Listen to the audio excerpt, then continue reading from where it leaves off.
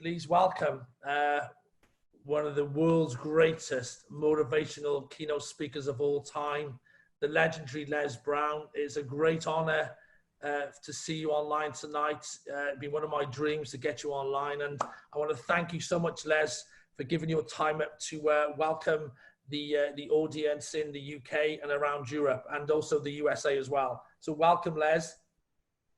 Thank you. It's a plum-pleasing pleasure as well as a privilege to be here. Oh, thank you so much. We really appreciate you. Huge gratitude. You are a legend. Thank you.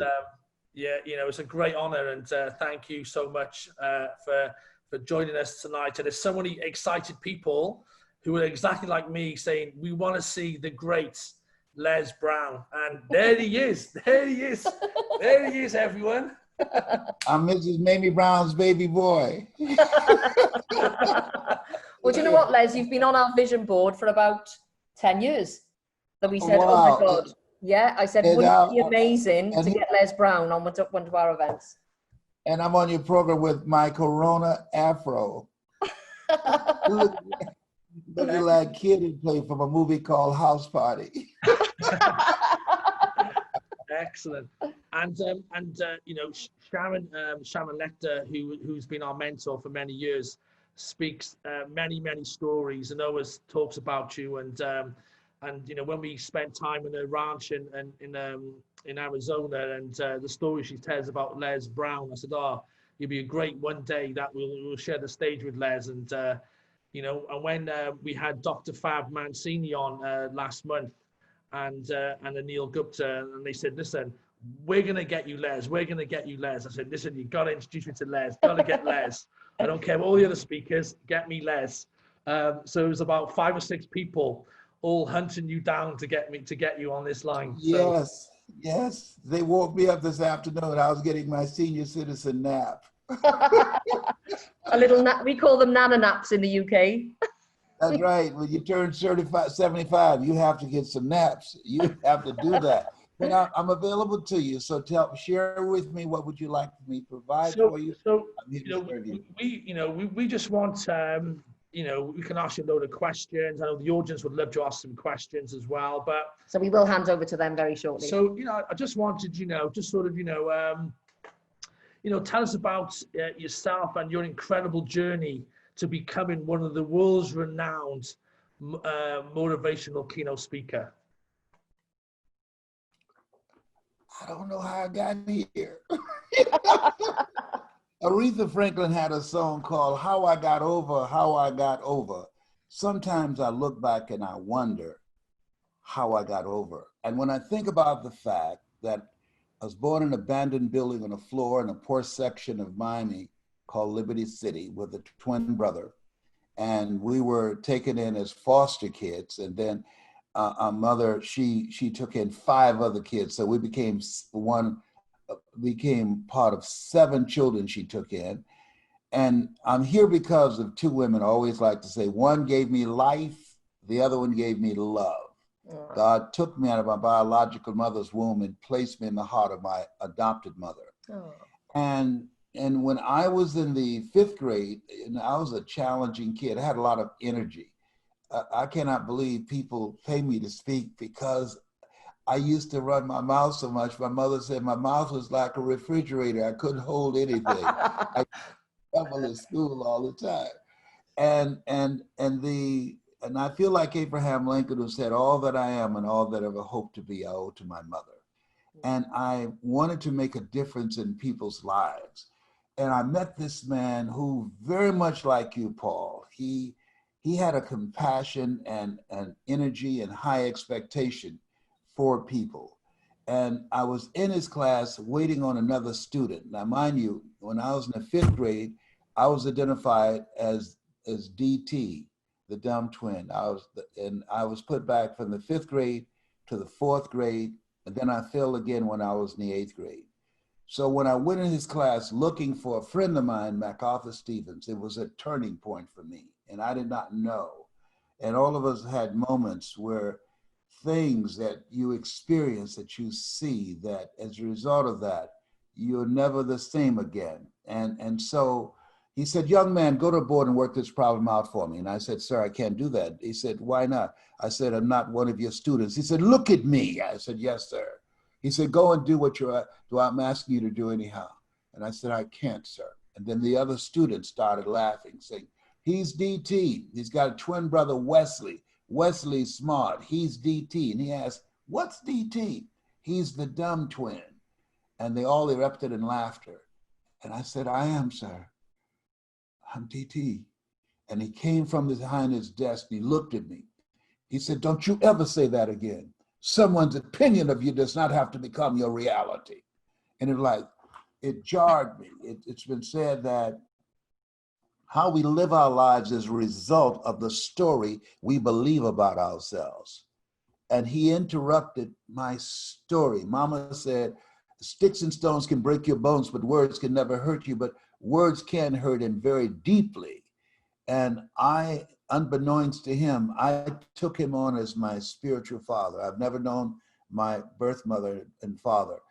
And I watched him and I observed him and I wanted to be like him. I wanted to speak like him. I wanted to dress like him. He became my surrogate father, my spiritual father in so many, many ways. And he transformed my life. And then I went on to do what I'm doing now because of what I learned from him, from my mother, who was a very strong woman and determined and never had any kids herself, but she decided at 46 that she wanted to share her life with some kids. A reporter asked her, how did you know that you can raise 7 children by yourself? And she said, and I'll never forget, she said, I just believe that the Lord will make a way somehow. And everything that I've ever tackled, you know, they don't call me Mamie Brown's baby boy for nothing. I always felt that the Lord will make a way, that some way, somehow, things are going to turn out fine, no matter what's going on. I just had that feeling. Wow. And you know what, Les, I must have, when I've seen all the videos on YouTube of you and the motivational videos I've seen, and the one that stands out to me, that's that concert. I think you talked about 80,000 people, and that story you tell about the moments when you had the chance to be a disc jockey. It was like you know, the crowds and the roar and. Yes, you know, and I was just like, it's such an inspiration story. And if those haven't heard or seen that on YouTube, please share that because it's such it's a memorable moment when I see that in that concert when you spoke. And obviously, you said you were, you know, you've been, you know, you've had a lot of good people around you, especially, you know, your adopted parents. So, how important do you think it is when you're building your business to actually network? Because obviously that's what we do as a business. So I'd just like your thoughts on it, if I could. Networking is so, it's very important. It's more important now than ever before. There just right now, 41,500,000 people are being let go of their jobs. And so the 3 things that they need to do. Number 1, they need to have some ritual to fortify their mind. When I get up in the morning, I have a scripture. I say, all things work together for good for those who love God and for those who are called according to his purpose.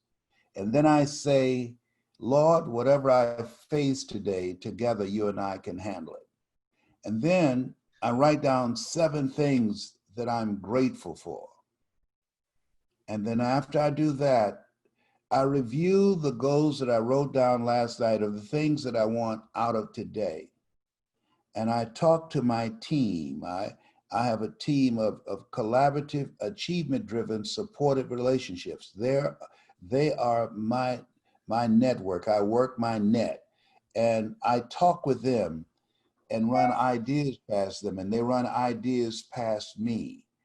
To iron sharpening iron. What is it we need to do to maximize this time? This is this period where we are, it's a cocoon. No matter how fast a caterpillar can run, it can never fly. And so when it goes in the cocoon, it's not in there watching CNN or ABC, it's in there working. Yeah. And so when it comes out, it can fly like R. Kelly used to fly. It's so this period where we are, my daughter, Dr. Ona Brown, she said, gaps are from God. And so it's a time that we have to work on ourselves, but it's very important to have relationships with people that can see those things in you that you can't see in yourself. It's very important to have a network of people that you can ask for help, not because you're weak, but because you want to remain strong. Absolutely. And ask for help and don't stop until you get it. It's very important to be in a community of relationships. One goose can fly 75% further in formation than one goose by itself. And so it's so important because through the relationships that you create, that there are people who are behind doors that you can't get behind by yourself. And those relationships can help you get through. My profession as a professional speaker, it's according to the National Speakers Association, the average speaker get around 25 calls a year to speak. I get over 3,000. Wow. And the reason is I believe and I know the power of networking. Yay. I know, and I'm constantly expanding my network, providing value for them, looking for ways in which I could serve them, and they in turn, most speakers don't know that 95% of speaking engagements come about because of personal recommendation. And so Absolutely. Your network determines your net worth, as we know. And it kept me busy. When I got back from Dubai a few weeks ago, and my son said, we don't have any more speaking engagements on the books. Everything's canceled because of the coronavirus. I said, is that right? Then I got a call from one of the people in my network. Hey, are you interested in doing a virtual seminar in Germany? I said, yes. I said, well, what's your budget for a speaker? He said, well, I know what your rate is, but because it's going to be virtual and you don't have to fly here, we're thinking about 75,000. I put my hand over the phone because I didn't want him to hear me speaking in unknown tongues. I could get $75,000 and don't have to leave home and stay in an airport and be around somebody who will sneeze on me and take me out. Then after I calm myself down, I said, that's good for starters. As you were dancing around the room. Yes. That's the joys of being one of the most motivational speakers in the world, isn't it? Yeah, this is such an incredible time. My heart goes out to people who have lost family members and friends due to this coronavirus.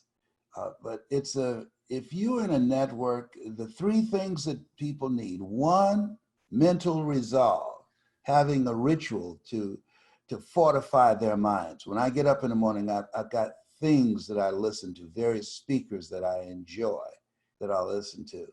Second thing is upgrade your skill set. Learn something today. Yeah.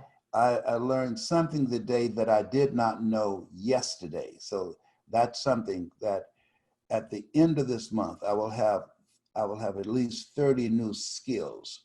And the third thing, look at your network.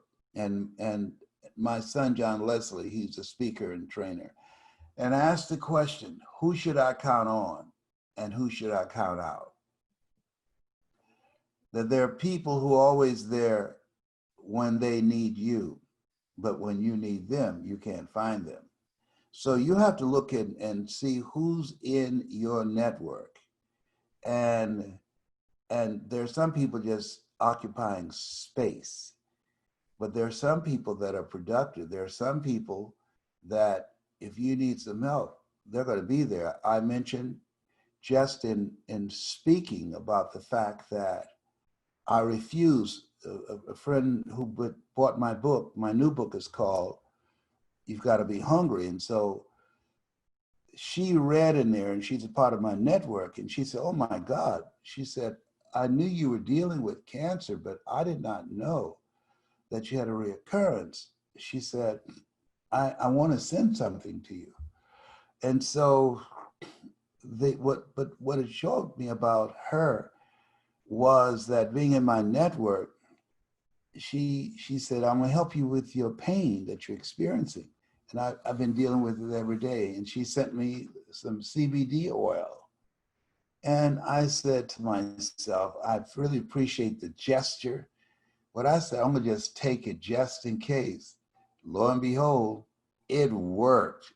And at the hospital at Cancer Centers of America, I had a major dispute with him because I refused to take Suboxone.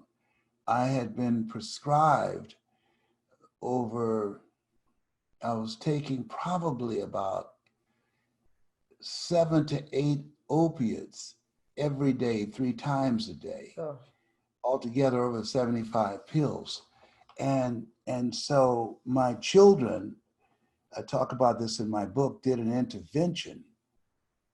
And they said, Daddy, who gives somebody 200 opiates? I said, what do you mean? Oxycodone. I said, and Daddy, you are drunkie. You're a junkie. I said, you gotta be kidding me.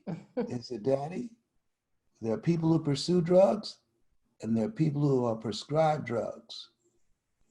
And you stay up at night. This is not you. When you speak, you go to sleep. We've been watching you.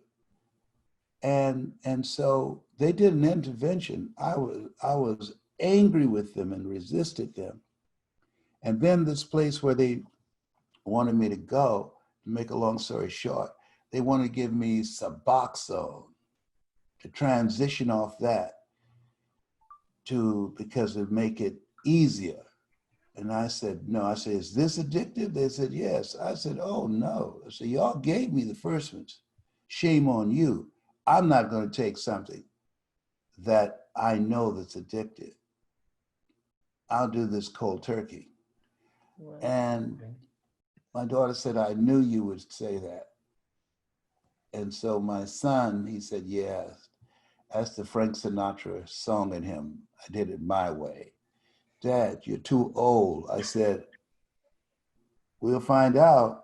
I'd rather die than stand up and tell people that your mind can help you overcome stuff that I'm not willing to do. And I went through a living hell. I wouldn't recommend it for anybody, but I did it. I did it. Much to their surprise, they're just said, you know what, you're a tough cookie. I said, I know. But I was calling Jesus, Yahweh, Allah. I was reading the Bible, the Holy Quran, the Kabbalah. I was reading. I was calling on help from everybody, but I got through it. I love the video. When you said you called the book, You've Got to Be Hungry. But I love the way you say it. Now, guys, ladies and gents who are on tonight, if you want to watch the video later, watch it. And he says it like, you gotta be hungry. Gotta be hungry. I love it. Legendary there. That's legendary how he says that. Oh yeah. And I love it. And Paul's been playing it to me all weekend, and I was like, you gotta be hungry. I've been playing these videos for the whole week, and every time Tracy keeps saying, you keep watching the same videos. I said, I know. I'm just learning, I'm being inspired. He's not a reader. He likes to listen to videos instead. I get inspired like that. I tell you what, one question I would love to ask you is that you're extremely positive, energetic, and full of motivation. You've inspired millions and millions of people around the world. Who are the people that's inspired you, Les? Apart from your parents. When you say parents, I only had one, Mama. Oh, Mom, sorry. And I gave Mama a Father's Day card at Father's Day because she was Mama and Daddy all wrapped in one. Oh. Yes. Mike Williams and Mr. Leroy Washington, who told me someone's opinion of me did not have to become my reality. And from that day on, I didn't get in any more fights when someone called me DT. I ignore them. They said, it's not what you're called, it's what you answer to. And he gave me a level of confidence. He taught me 3 things is very important in life. Number 1, self-awareness, knowing who you are. Number 2, he said, practice the principle of OQP, only quality people. Yeah. And that's what you've done with this network. And 3, he said, develop your communication skills, because once you open your mouth, you tell the world who you are.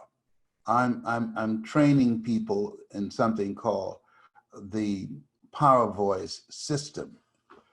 And he taught me how to speak to a group of strangers and be able to distract, dispute, and inspire, how to distract them from their story, and how to, through the things that you've experienced, things you've gone through the execution of your presentation, you dismantle their current belief system with that experience. Oliver Wendell Holmes said that once a man or woman's mind has been expanded with an idea, concept, or experience, it can never be satisfied going back to where it was.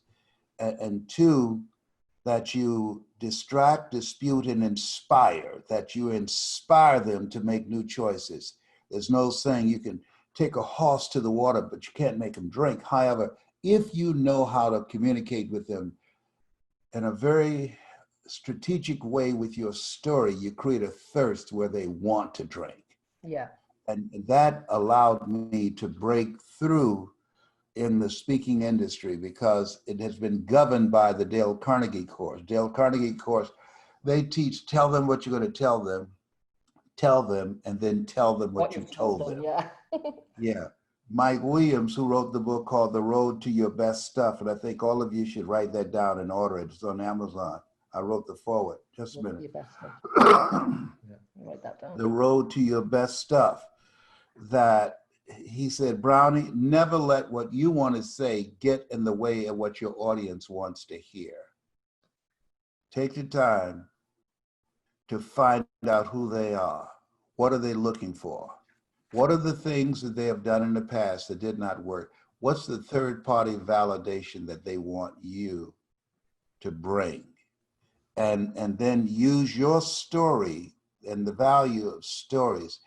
If information could change people, everybody would be skinny, rich, and happy.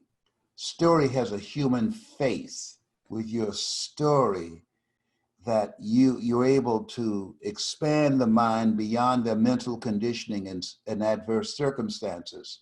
You're able to touch their hearts. We're emotional people. And you're able to unleash what Elizabeth Browning would call the imprisoned splendor. And they cut loose. Once that presence within ourselves that's lying dormant has been spoken to, it comes out roaring. Well, I always say, yeah. I'm teaching people how to do that. Yes. Yeah, amazing. And I always say, people always want, when people come to our networking events, people always want to belong to something or to someone. And if you can make someone feel special and you can make them feel belong to something or to someone, they will never forget you. And that's what I think, that's what networking is all about when people come to our events, Yeah, Maslow talked about belongingness, that we're social animals. And that's really the impact of what we're going through right now. Not being able to social distancing, not being able to interact like we once were, but you're being creative and finding a way to create a sense of community, even though we are apart. That's major.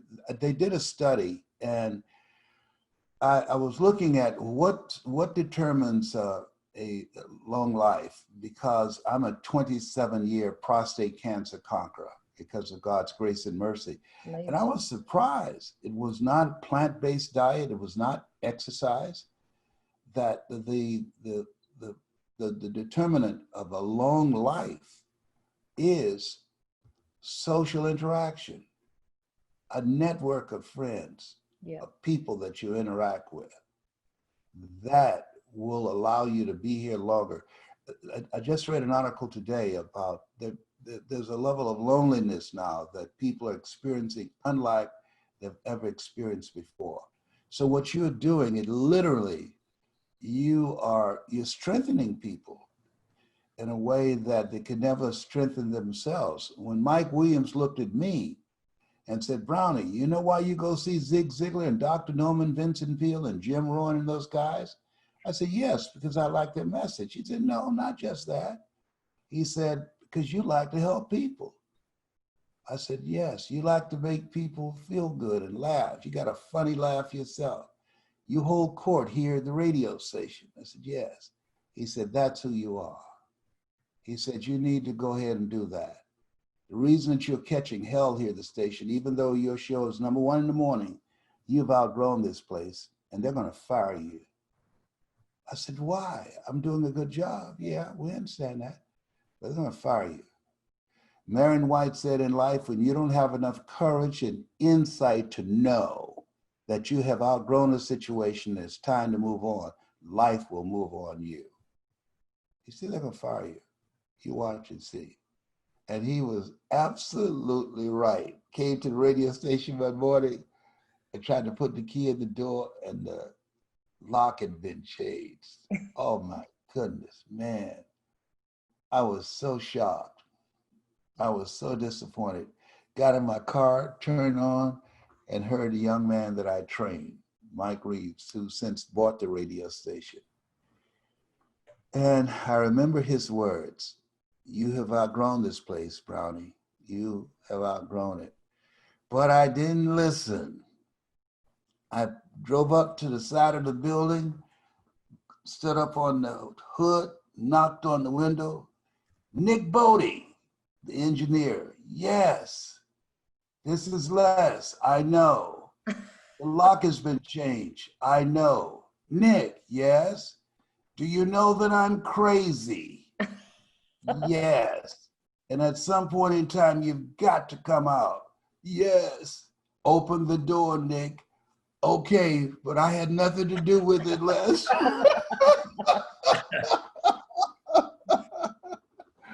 So he opened the door and ran back in the back of the station, and Mike Reeves ran out the other door. And I came on there and talked about 3 hours. And this is Les Brown, my last day on the air.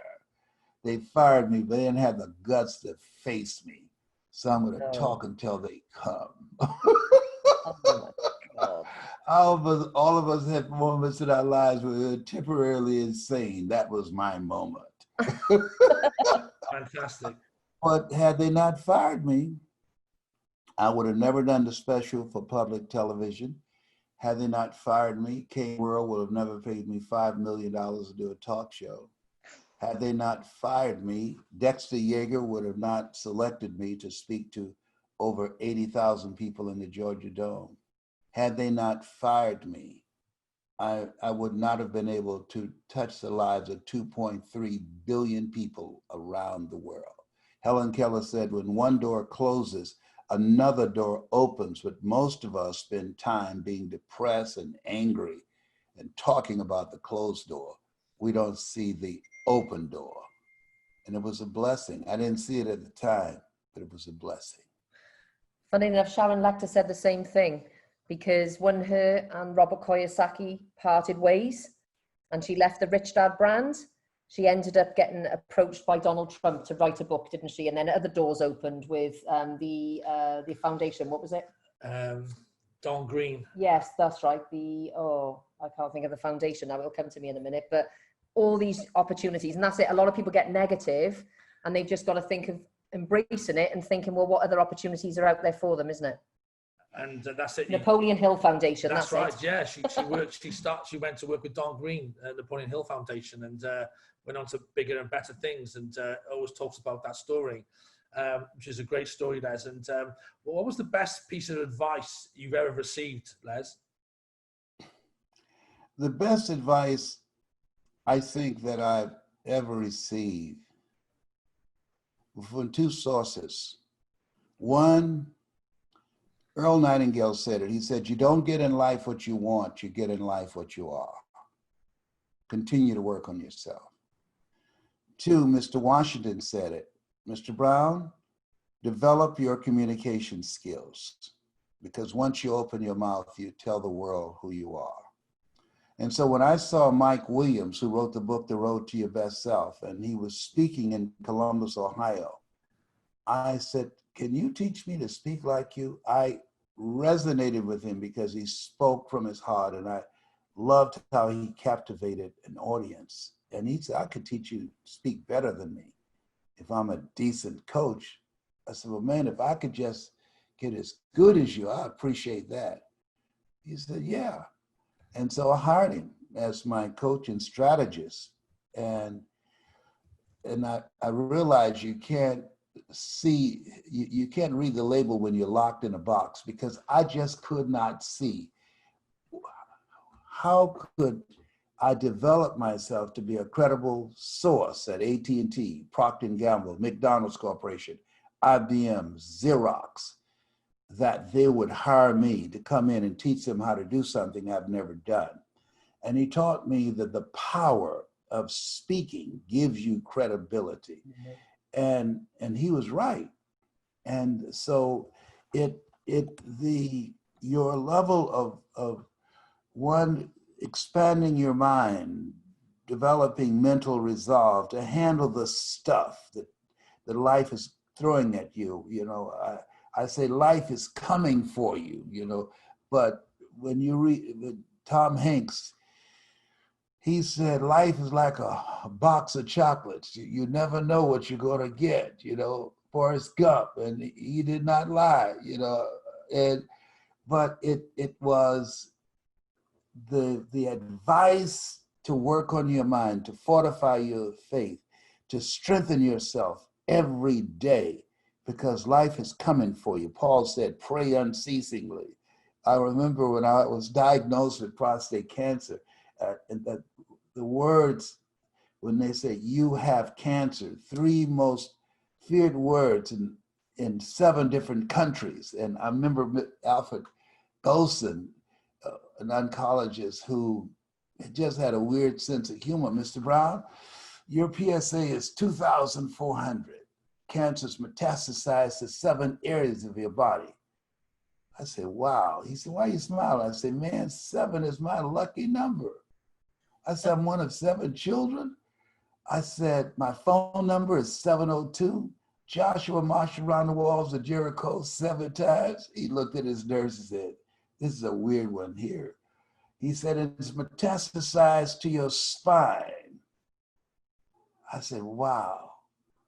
And I was still smiling. I said, "Can I get a second opinion?" He said, "Yes. And you're ugly too." I said, charming. "How the hell you didn't call me ugly?" He said, "Yes, I did. At a serious moment like this." He said, "You ugly as hell." And then he said, "But you got this. We determine the diagnosis. You and God determines the prognosis." And I learned something in that moment. I use humor in my presentation to get to the heart, because when people laugh, the mind shuts down and the heart opens up. And he said, "You got this. You got this. You and God, y'all determine the prognosis. This is on you." And he gave me a watch with no hands on it. I said, "How am I going to tell the time?" He said, "That's on you. You have unlimited time. You just decide what you want to put on there." And so what it did for me, it helped me to begin to realize that we have the power, regardless of what life throws at us, we have the power to deal with it with fear, as they call it, false evidence appearing real, or faith, finding answers in the hard. The majority of people, when in a fearful environment, they forget everything and run. But there's a small number, they face everything and rise. And so that experience 27 years ago, still with me, what he said to me, and the affirmations that I speak to myself, it allows me to handle the things that life throws at me. And I've seen some stuff. I've been through some stuff. I tell people, stuff's going to happen to you. Think it not strange that you're faced in fiery furnaces of this world. You will, not you might. You will have tribulations. And don't go around telling everybody. 80% don't care. And 20% glad it's you and not them. And you're ugly. Oh, you're not ugly. Yeah, legends. Okay, we got some questions from the audience this evening. I think Karen Newton over in Spain. I just obviously like to experience other people asking you questions. If that's I would love that. Yeah. Yes. So Karen Newton, over to you first. You were first. Hi Les, good to meet you and listen to you tonight. It's been wonderful. I've got your book here, Live Your Dreams. Live Your Dreams. Yeah. Yes. That's my favorite. And one of the sections I've got highlighted is small opportunities are often the beginning of great enterprises. Now, I'm a wealth coach and I teach people to start small and build up, but I come across clients, or most of them, want to be right in at the very high level coaching when they're not actually ready for it. Have you come across that with clients, and how do you actually deal with it? What is important for them to know, and sometimes you just have to ask them some questions. Well, I understand what you're sharing with me, where you want to be right now and what you see for yourself. But let me ask you this: what are the requirements to get there? Where you are right now, your best thoughts have brought you. But where you can go, your true thoughts can take you. Are you there? And what radical change must take place in your life for you to get there? What does that person look like? Because you've got to die to who you've been to give birth to who you are to become. You follow me? So they can answer that. You don't want to say what they can't do, because you don't know. I was at a conference in Fort Lauderdale, just a small conference. They brought me in to speak only. And Mike Williams taught me, Brownie, ask strategic questions. So this pharmaceutical company had a campaign called the Danger Zone. So I'd spoken, but I always like to see what goes after me. I was waiting for transportation. And I asked the CEO, I said, this campaign you have called the Danger Zone, what is this about? He said, well, most people don't take their hypertension medication. And so what we want to do is teach doctors how to educate patients on what will happen if they don't take it. They could have a stroke, or they could have a heart attack. I said, oh. I said, do you have hypertension? He said, yes. I said, do you take medication? He said, yes. I said, why do you take it? He said, because I want to live. I said, then why do you have a fear-driven campaign? Why not call it a success zone? Make it positive for people who want to live. He said, that makes good sense. He said, can you train doctors? I said, yes. Can you speak to doctors? I said, absolutely. He said, okay, you got the contract. Now, mind you, they had people lined up to get the contract. I don't know anything about being a doctor. I had to speak to 3,500 doctors in several cities, Monday through Thursday, 45 minutes to an hour. You'll never guess how much they paid me. and I'm not going to waste your time. $640,000. The average American earns $240,000 in their lifetime. $640,000. And what I did, I interviewed several doctors. How do you know if a patient is compliant? How do you know if they're going to take their pills or not? You know the primary reason that patients don't take their pills or will take their pills? If they lack the doctor. They'll be compliant. They'll do what the doctor says. If they like that doctor, has confidence in that doctor, and trust that doctor.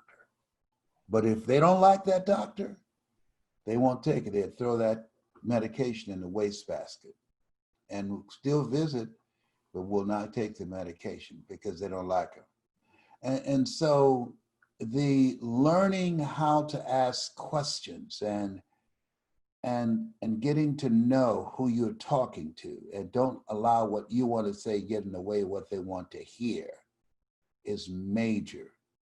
And right now, with your network, there are 41,500,000 people need what you provide. This place of enlightenment, this place of inspiration, this place of the gathering of greatness.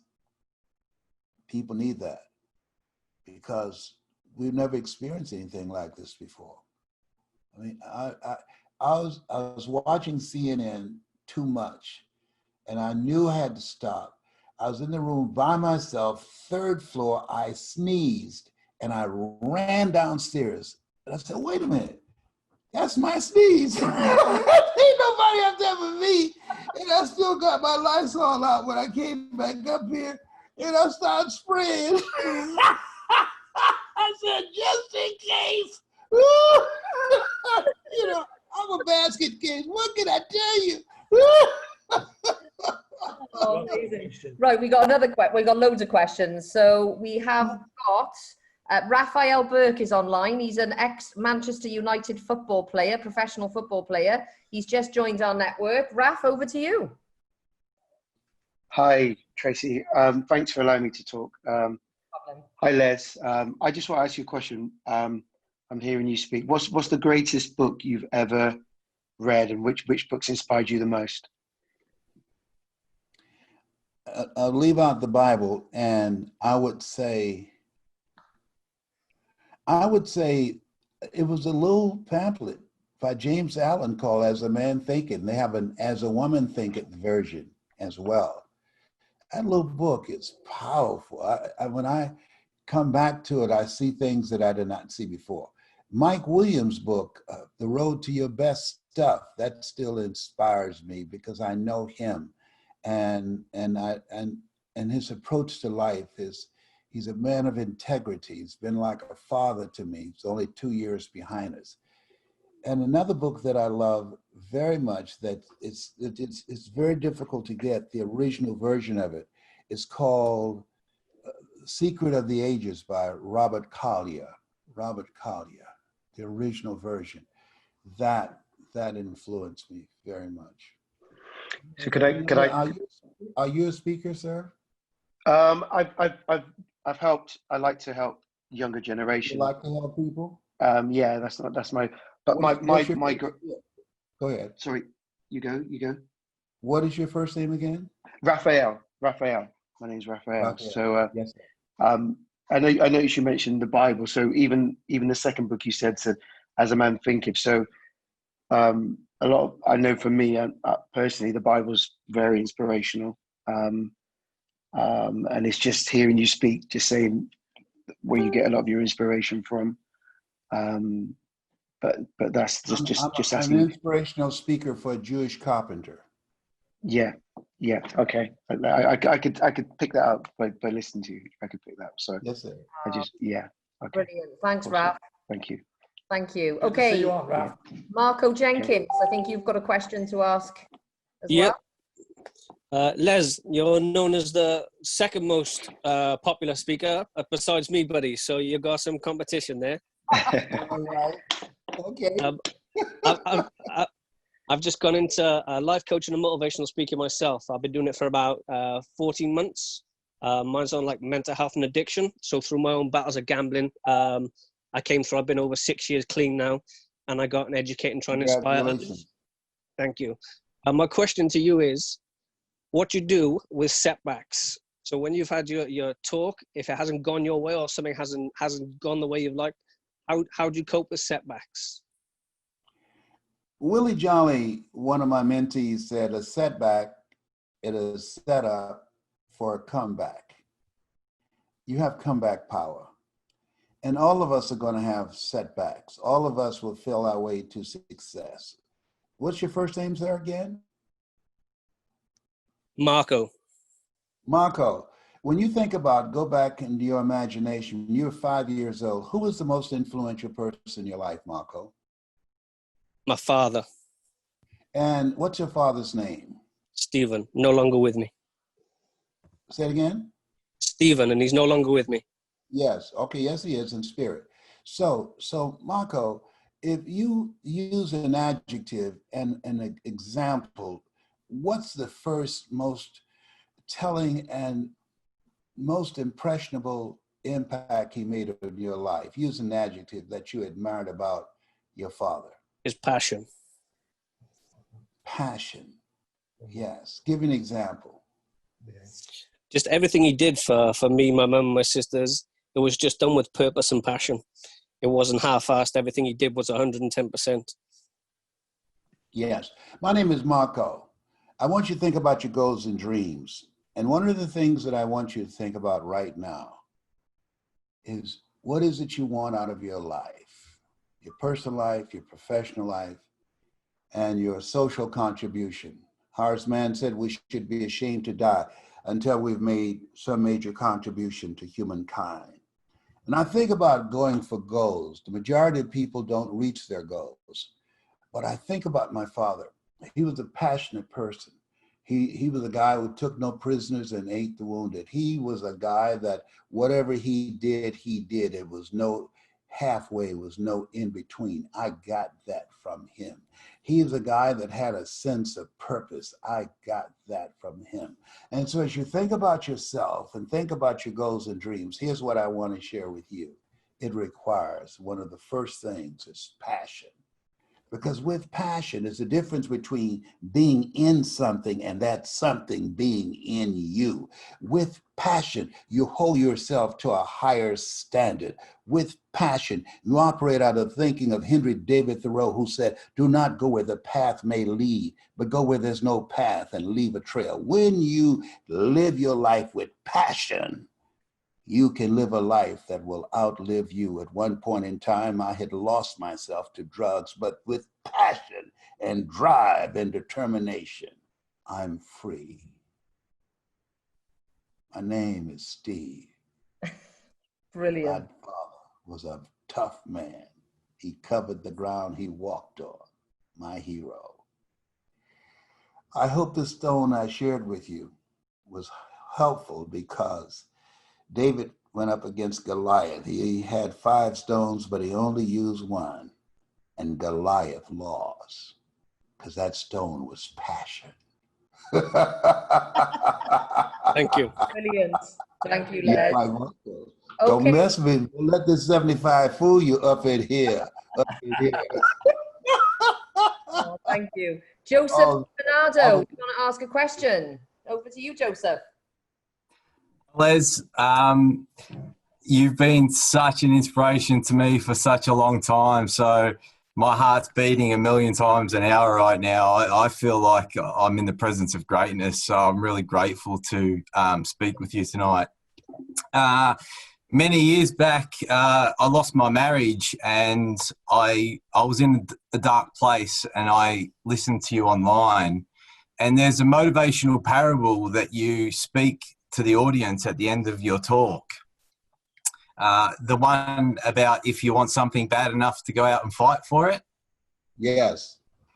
I've had a dream to speak next to you on stage all my life, and I flew to Lewis Howe's event to see you, and unfortunately you didn't speak that year. Oh yes, yes, I love Lewis. Yes, well, we still got time to make it happen. Let the record show. I'm gonna be here for at least a good 25 years and beyond. We're gonna bring Les to Cardiff. I, Yes. I was just wondering, Les, if you would allow me the opportunity tonight to recite that parable to the group with you. I would love to hear you do that. Along with you as well. Okay, let's go. Let's go. Let's do it. So, If you want a thing bad enough to go out and fight for it, to work day and night for it, to give up your time, your peace, and your sleep for it. If all that you dream and scheme is about it. And life seems useless and worthless without it. And if you gladly sweat for it, plan for it, and lose all your terror of the opposition for it. And if you simply go after that thing that you want with all of your capacity, strength and sagacity, faith, hope, and confidence, and stern pertinacity, if neither cold poverty, famish, or gulf, sickness or pain of body and brain can keep you away from the thing that you want. If dogged and grim you besiege and beset it, with the help of God, you'll get it. Did you enjoy that, Joseph? Thank you. Yes, indeed. That's awesome. Love you. We got to get together. Well, Joseph does podcasts. He's doing the most amazing podcasts, and he came onto mine the other day, and obviously we've been on his. So I think it'd be great if you could get onto Joseph's podcast with him. You'd have a great time. Oh, yes. Oh, you have a podcast? Yeah. Okay, good. We can make that happen. That's awesome. We're sorting Thank you. you, Joe. I believe in helping dreams come true. Absolutely. Me too. Right. Fabulous. Thanks, Joseph. Thank you. We've now got Mark Wright. Mark Wright online. I think you want to ask a question. Hello, Les. That was amazing, Joseph and Les. Well done, both of you. That was amazing to watch. Les, for me, you're one of the greatest, I think the greatest public speaker in history, in my view. And I'm working very hard on my skills as a public speaker to help people and to educate as many people around the world as possible and use my skills for the greater good. And I wanted to understand what you thought, what attributes a good public speaker needed and who you thought the best public speakers were and why. Thank you for answering the call on your life, number one, and you have very, very good communication skills. Good public speakers are perpetual students. They're always learning. What gave me the advantage in this industry, that the people who were at the top, they were regurgitating the same old speech. And I didn't want to be that kind of speaker. I wanted to be a speaker that I would custom design the speech for the occasion, for that organization, with the stories that I use to drive points home in quotes. So you always want to be a perpetual student, learning everything that you can. And I'm always looking for good quotes that stand out. Like I heard this quote, "Stop complaining about the emotional vampires in your life when you're continuing to provide the straw that's sucking the life out of you." Oh, behave. Okay, so I'm always looking for stuff. And before I use them on stage, I use them on people just like I did now. In personal conversation, and this makes the point. You want to listen to how people are listening to you. The fact of how you all responded says that's a keeper. And so I listen to what the response is. So you want to be a good listener. The other thing that's very important, you got to get a coach. You can't, Muhammad Ali said, "I'm the greatest," but he never won a championship without Angelo Dundee, who was in his corner as a coach. Michael, he had a coach, that Phil Jackson, that knew how to work with him. So you want to have someone who has a trained eye, who's accomplished what you want to accomplish, that can see what you can't see. The psychologists call scotomas blind spots. We all have them. I still have Mike Williams, because he can see things that I cannot see. You can't look in your own eyes and pull out different things in me. And so when you have a coach, it really makes a difference. A lot of people say, well, I stand in a mirror and I speak all the time. I say, yes. And you're looking with untrained eyes. You don't know what you're looking at. So the reason, even though I've won the highest award from the top, from Toastmasters International, the Golden Gavel, from the National Speakers Association, and selected among the top 5 speakers in the world, I still have a coach, because I don't believe, even at 75, I believe you're never too old to learn and you're never too young to teach. And so I'm still learning, I'm still growing. And I haven't done my best stuff yet. I want you to know I ain't scared of you, okay?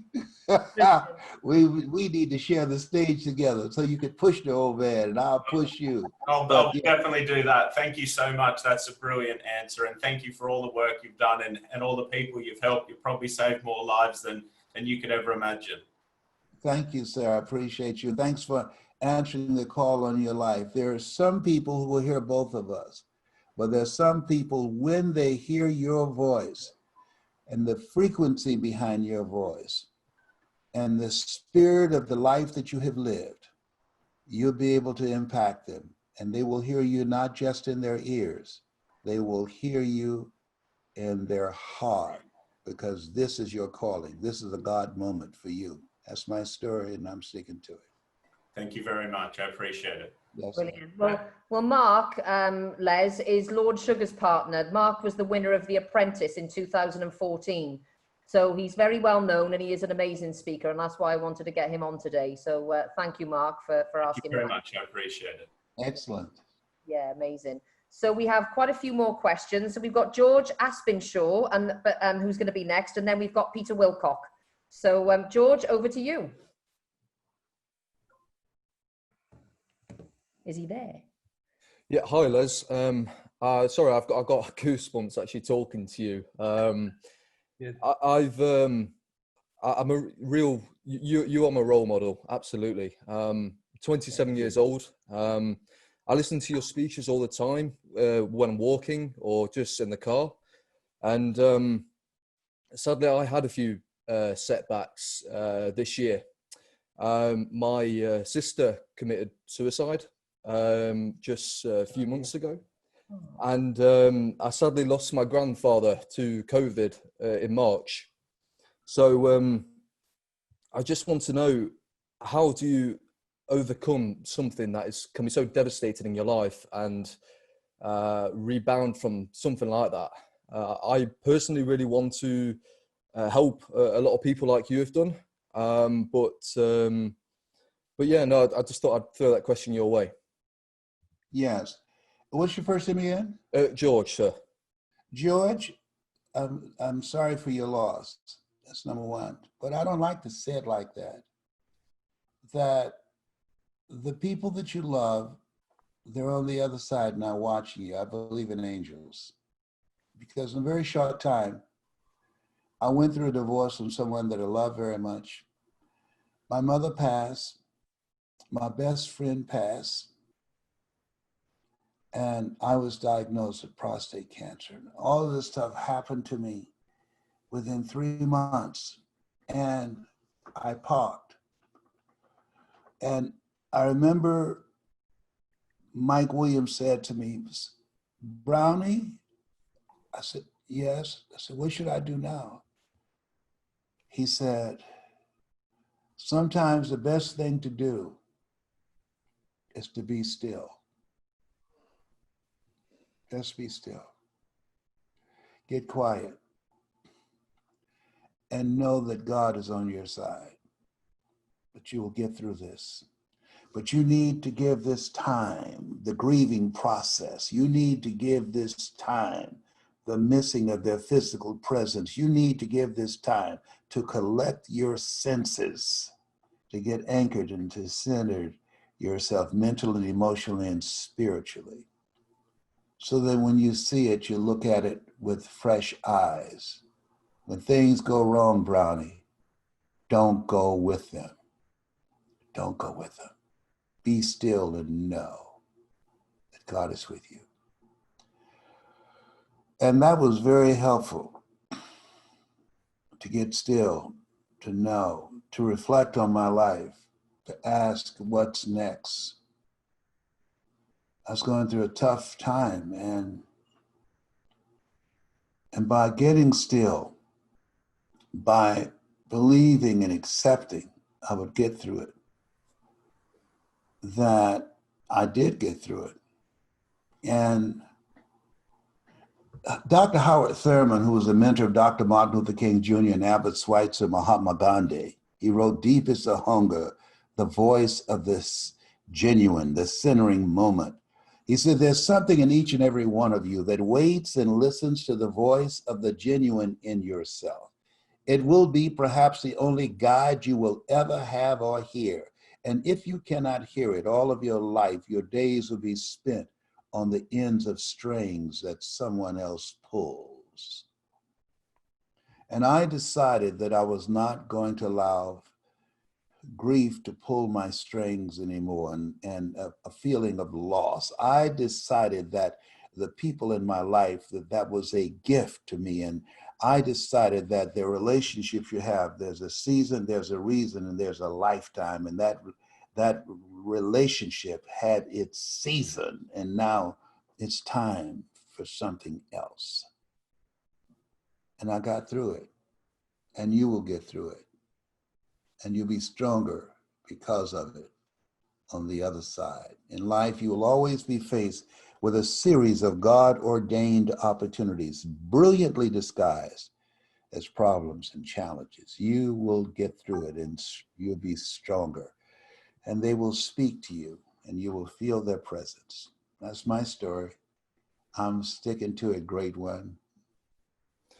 Thank you, Les. I really appreciate that. And I think so many times, you know, I've listened to your audiobook, and I hear the phrase, why does this happen to me? I'm just trying to take care of my mother, my father. And your story really resonated with me during these dark times. But this year alone has been very hard for me and my family, as you can appreciate. But I'm very grateful to speak to you over the internet. And yeah, I will continue to look up to you as a real role model and mentor for my life. So thank you ever so much for your time.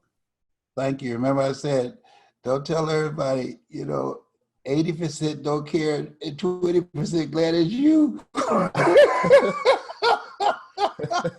And not them. Does that help you, George? Yeah, absolutely. Yeah, thank you so much for allowing me to get my question I look forward to us doing something virtual. Pleasure. It's our pleasure. Thank you. Virtual hug, George. Yeah, big virtual hug. Bring me my Mickey Mouse out the room, please. We'll speak to George. Thank you, George. Thank you. Okay, Yeah. Peter Wilcock. Now, Peter Wilcock is the former COO of Virgin Media. And I know he's online today, and he can't wait to ask you a question. So, Pete, And works really closely with Introbiz as well, as one of our sponsors, travel lead sponsors. So we're delighted to have Peter online with us tonight. Peter, over to you. Yeah, I'm delighted to be here. Les, it's a true honour to speak to you tonight. It's an absolute thrill. What I want to know is, I know that you were the DT, and then I think we all see you now, we see you on YouTube, and that's the maid Les, but how did you were kicked out of the radio station, but you must have had so many times where you turned up and people thought, who's this guy? And you know, I think today in the UK, people are waking up to what goes on in America with George Floyd and the like.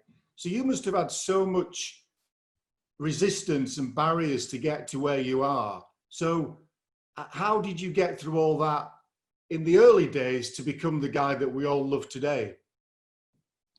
I'm so glad you asked that question, because I was fired for editorializing against police brutality and police deadly use of force. That's how I got out of radio.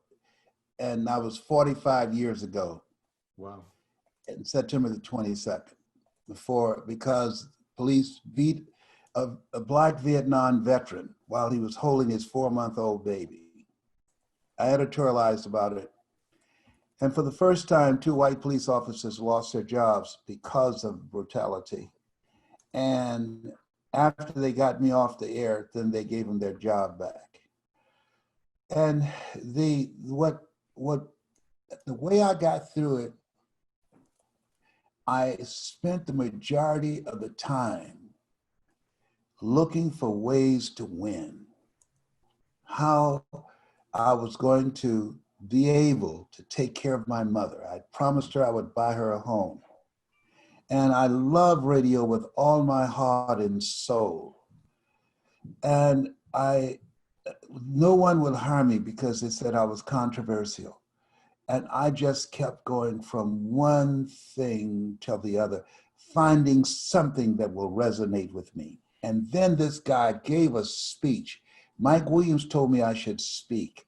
And I procrastinated for 14 years. But then a guy was on stage and he said, you know what? There's somebody who should be up here holding this microphone. And you've told yourself that you're not good enough. And I'm here to say to you, what you have is enough. And then he started speaking again. And all of us had the experience where we thought a speaker was talking to us. And this was my day. And then he said, hey, you out there, I know you are. You're squirming in your seat now. And I'm sitting behind a guy trying to hide. I said, hell, is he talking to me? Is he looking for me?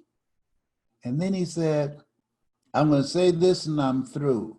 The reason that I'm standing up here in your dream, holding this microphone, doing what you were born to do, it's in your heart. I represent the thoughts you have rejected for yourself. Oh my God. I jumped up. At that time, you can make a telephone call for a dime in America.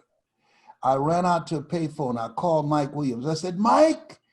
He said, yes. I said, I'm not rejecting myself anymore. He said, Brownie, calm down. I said, you hear me, Mike? My mother has breast cancer. She needs me. I got a story, and that's how I'm going to take care of her. I'm not rejecting myself anymore. Will you please come help me? Please. I know you've been telling me for years, but I'm ready now. I'm not rejecting myself anymore.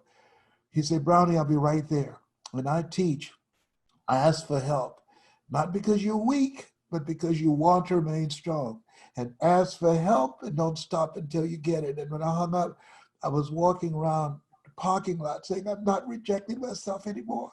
I'm not rejecting myself anymore. I'm going to do this. I'm going to make my mother proud. I'm going to help her to get better. I'm going to get her the home that she wants. I'm going to take care of her. I'm going to make her life comfortable toward the end. And she lived an extra 9 years, much to the surprise of the doctors.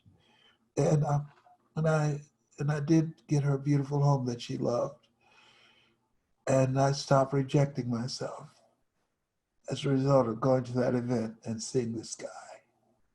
And I didn't care what anybody said or did or obstacles that were thrown in my path. One place I went to, and the guy thought I was Les Brown, the band of renown. And he looked at me, he said, you're not the band of renown. And I said, no.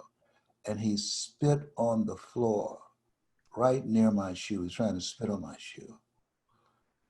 And I remember a guy named Sam Axelrod that I work with. He said, Brownie, anger is the wind that blows out the lamp of the mind.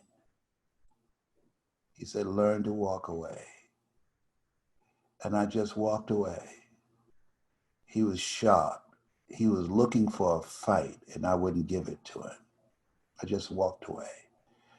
And so when he went on stage to introduce me, he said, ladies and gentlemen, Les Brown, because they had the album covers all over the auditorium. They had made a mistake and thought I was the band leader.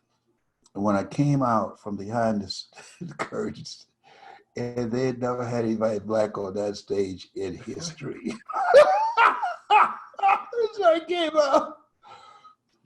And the audience went quiet, and they were looking at me hard and intense and anger. And I saw a sign, and the sign said, "Seize the hour to live your dream." Boy, when I saw that sign, I said, you know, we're here to seize this hour. Mothers and fathers, grandmothers and grandfathers, and friends, to recognize these young people who are going to that next step to live their dreams. I said, I want you to stand and give your sons and your granddaughters and grandsons a round of applause. And all the parents did. Then I said, and now, young people, you have family members and friends and neighbors here came to pay tribute for this new step in your dream. Stand up and give them a round of applause. And they did that. They sat down. And then the audience like, okay, now what you gonna do? And then that's when I said, we have come this place to seize this hour, to recognize the greatness in this room. And I went on to give the speech, and I converted the energy and got a standing ovation at the end. But at the end of the speech, I had no idea how I was going to do it. I only have 2 speeches that I don't remember. The one in the Georgia Dome, where I was so frightened I don't remember giving the speech, but I'm speaking to over 80,000 people, and those people in that audience. I remember the standing ovation, but I don't remember seeing the audience and seeing their reaction.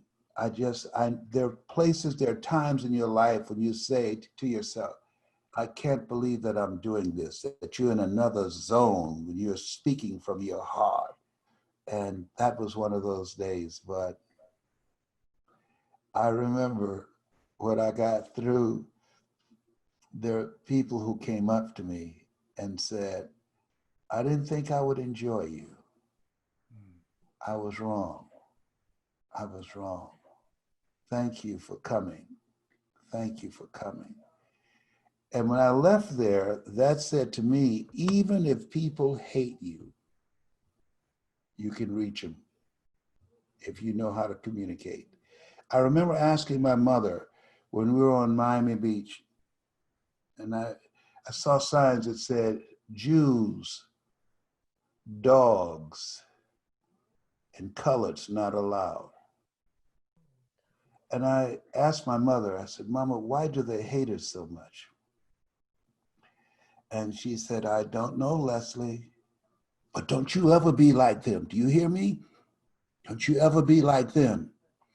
God is love, and he who dwelleth in love dwelleth in God, and God is love.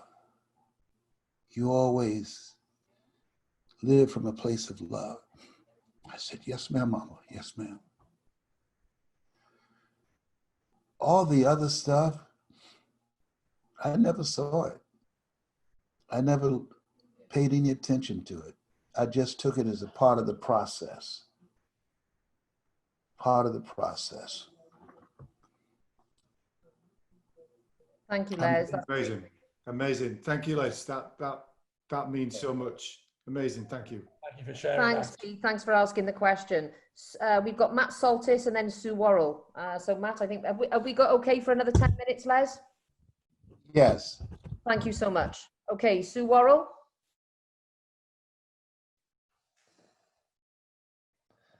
Are you there, Sue? Unless she's lost, maybe she lost signal. Not yet, okay, didn't unmute, sorry. What an amazing pleasure it is to have this tonight. It's just fantastic. So thank you, Introbiz, it's just brilliant. Leslie, you are a fantastic guy, and what a brilliant speaker, and all the memories and all the things you quote is just superb. You've helped so many people and you've done so much and achieved so much. What do you want? What do you want? I know you're not going yet, but what do you want to be your legacy? How do you want to be remembered? I want people to say he aspired to inspire until he expired. I love it. I love it. Because that's truly what my life is about when I wake up in the morning. My goal is to inspire, I told my kids, if they say I'm going, don't let them embalm me for 3 days. Sneak in the funeral home and put a microphone in my hand. If I don't grab it and say, you gotta be hungry. I love it. He's gone now, he's gone. Les, he's out of here. I want to share the stage with you one day, and it's both to say, you gotta be hungry. Yes, you got it.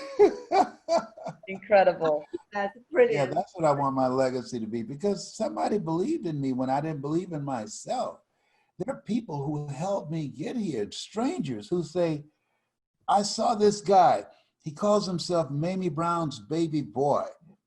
And he speaks and he talks about you got to be hungry. And that word of mouth, I teach speakers, impact attracts income and requests for what it is that you bring, the experience that you're able to create. And always look for ways to improve on that. I believe that we're all here for a purpose, that you were chosen 1 out of 400 million sperm. You're a piece of the master, so therefore you're a masterpiece. You are here on assignment. We were created to create. And that's what we should be doing until we leave here. That's what I'm going to do until I leave here. Brilliant, 100%. Thank you, Sue, for asking that question, and thank you for answering it, Les. Excellent. Matt Soltis, I think, Matt, you're next. Hi, Les, it's Matt here. Absolute pleasure. You're a total legend, and it's just a privilege to have you here this evening. So thanks so much for generously giving us your time. Quick question I wanted to give you, Les, was really around how can we help wake up more people to their purpose? Because this is something that you have mastered the art at. You connect so deeply at an emotional level with all of us here tonight, and you do it every single time you speak. And I remember I was fortunate to see you speak live in Miami at Grant Cardone's event about 3 years ago. And you totally changed the trajectory of my life when I was former working in the city. You woke me up to that next level of purpose. But how can we actually do that for other people and create that ripple effect beyond ourselves, where we really allow people to discover their potential? One, speak from your heart. Create an opportunity to tell your story and create openings in your story so that your story becomes the audience's story. The speaking industry has been hijacked by speaking to sell. I was at Grant Cardone, if you notice, I didn't sell anything. I believe that if you make a difference in people's lives, they will want your products. They will want to associate with you. They will spread the word, say, I had an experience today, and it really touched me. And so as a result, your career will grow by leaps and bounds. And if you focus on selling people on themselves, that they have greatness in them. Greater is he that's in you than he that's in the world, that you are more than a conqueror, that you are not your past. Your past don't define you. You have the ability to do more. And I'm thinking about the words of Lion King, Simba, you are more than that which you have become. And as you go all out to sell them on them, that will bring a lot of light in the world where there's darkness. That's what people need, assurance. They need a voice of compassion, a voice that will give them the opportunity to believe in themselves, to have an expanded vision of themselves, to redefine themselves, as somebody spoke to me and allowed me to define myself as opposed to the words that were spoken about me. Thank Is you. that helpful? Fantastic. Thanks so much. You couldn't have said it any better. Thank you, Matt. Right. Thank you for asking that question. You're going to touch a lot of lives, young man. Let the record show. You were born to do this. Thanks, Matt. Okay, Sheena Yatil over in the Bahamas. And then we've got one more question after that. And then I hope they got some ball grouper for me and pigeon peas and rice in the Bahamas. Yes. If you come here, I'll prepare it for you myself. All right, you can hook a brother up. Yeah, definitely. It's a pleasure to speak to you tonight. Thank you, Paul and Tracy, for this moment. My question, Les, is I'm somewhat of a social introvert. My thoughts, they walk around before they're fully gathered, and the analytical process and until to the point of conclusion, and the response is culmination to deep thought. But what if my response should be on the spot? For some reason, I take longer analytically for that. You being a renowned motivational speaker, and were you always confident from the beginning to now? Like, have you ever had those points where you had to process thoughts? Were you ever shy on stage? Because I also mentor a whole lot of young females, and I speak when I volunteer, because I volunteer a lot, and I also have my own nonprofit organization, and I also always find myself into that moment of having to gather myself before I respond when the spotlight is on me. How do I overcome that?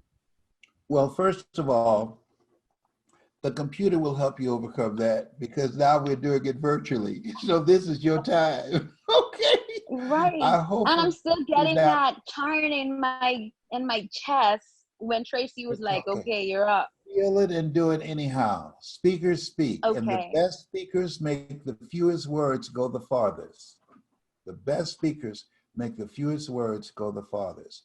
And so it's about taking what they share with you and what their challenge is, and don't focus on that. Focus on where they want to go. Say, let me ask you this. My heart goes out to you because of this experience, but how do you see yourself in the future? What's going to be different for you? What radical change must you make to create a different reality for yourself? What do you want now? See, we don't want to assume that we know what they want. You want to ask, what do you want now? And what will it take for you to get there? And honor yourself by doing that, whatever that is for you, because you deserve it. Most of us know what we need to do. The former president of Procter & Gamble said, the reason that most people are not living their dreams is because they have to make some tough decisions. And he said a tough decision is a tough decision, not because we don't know the answer. He said a tough decision is a tough decision because we know the answer. But most of us don't have the courage to do what we know. And courage is not the absence of fear. Courage is the willingness to act in spite of the fear. And that's what you're doing right now. And the more you do it, the stronger it's going to become. First, you start out being consciously incompetent, where you know you're not doing it at the level that you know you can do it. And then with the help and coaching and doing it, you become conscious.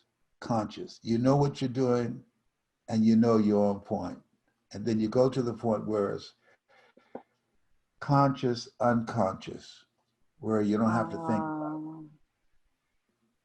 Awesome. Thank you so much. You're Didn't welcome. even think about it like that. Oh, well, that queuing in the bank today, Sheena, it was worth it, wasn't it? Because you've come on tonight now. Yes. Thank you for asking that question. We appreciate you. So one last question now from Daryl Irwin from Creation, who is he actually designed, his company has designed our new website. So for those who are online that want to take a look later, please have a look at the new Introbiz website. It's awesome. So over to you, Daryl. Thank you. Hi, Les. Thank you. It's been absolutely awesome. Paul's been telling me all week it's going to be amazing, and it's lived up beyond expectation. My question is, I've got 3 children. They're 7, 11 and 13. And what's the best advice you would give them if you were in my shoes? The best advice that I would give them is what I give my children. First, I'm suing the Catholic Church because the rhythm method does not work. I got 5 boys and I got 5 girls. So the rhythm method does not work. I got rhythm, but the rhythm method does not work. Okay. And the best advice I would give them is to live a life that will outlive you. Make your life count. You're an asset to humanity. God so loved the world, he chose you out of 400 million sperm. I am so proud to be your father. I'm going to set a good example, and I'm going to pass the baton to you because I want to leave a legacy that will outlive me. Awesome. Wow. Okay? Awesome. Yeah, thank you. Oh my God, that was incredible, wasn't it? Well, I hope, ladies and gentlemen, you've enjoyed this evening. Wow, what an amazing man you are, Les Brown. That's so kind of you. Pleasure, and with huge gratitude for you coming on today. We really appreciate it, and we all Appreciate you. Thank you so much. Thank you. God bless you. And keep in mind, you have something special. You got greatness in you. That's my story, and I'm sticking to it. And God bless we'll be in touch, Les. Tomorrow I've got some other things for you as well, which I'm sure you're going to get involved with. And thank you so much for your time tonight. And, you've touched so many people's hearts and dreams tonight just by listening to you. So I want to thank you for your time. Thank you so much for having me. Bye for now.